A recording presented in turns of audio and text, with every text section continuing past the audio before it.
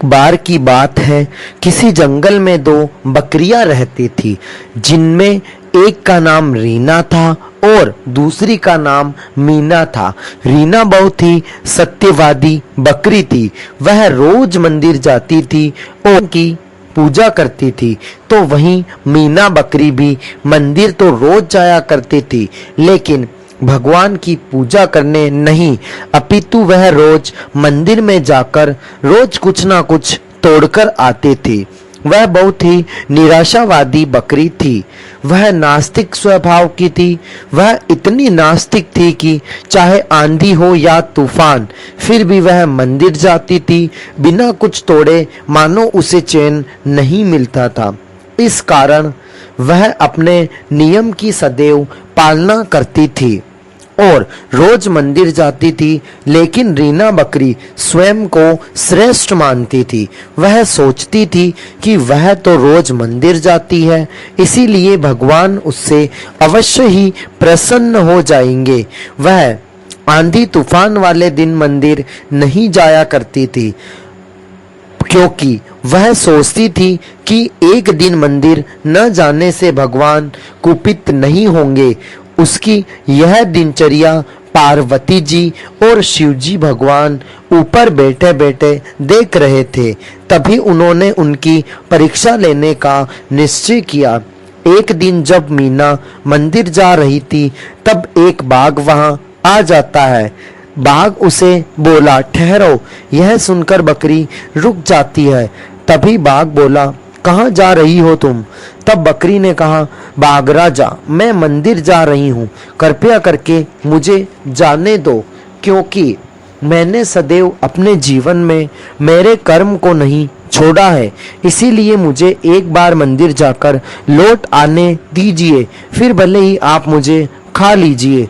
बाघ तो सिर्फ उसकी परीक्षा लेना चाहता था, इसीलिए उसे जाने दिया।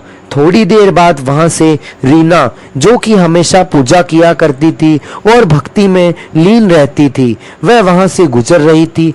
तो बाघ उसके सामने आ गया और बोला, बकरी दुष्ट, तुम कहाँ जा रही हो? आज मैं तुम्हारा शिकार करूंगा।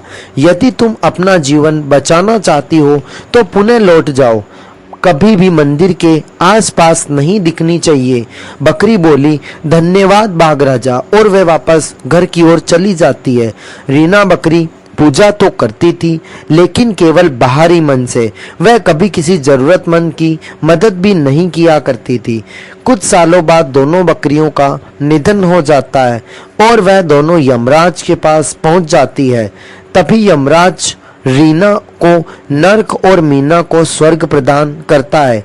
यह देखकर रीना को क्रोध आ जाता है। वह कहती है, प्रभु, ये कहाँ का न्याय है? मैं जीवन भर आपकी भक्ति करती रही, भजन कीर्तन करती रही, फिर भी मुझे नर्क प्रदान किया है। जबकि ये मीना बकरी सदैव मंदिर में कुछ तोड़ा करती थी और कभी भी आराधना नहीं करती थी, तब भी आपने इसे स्वर्ग प्रदान किया है, ऐसा क्यों?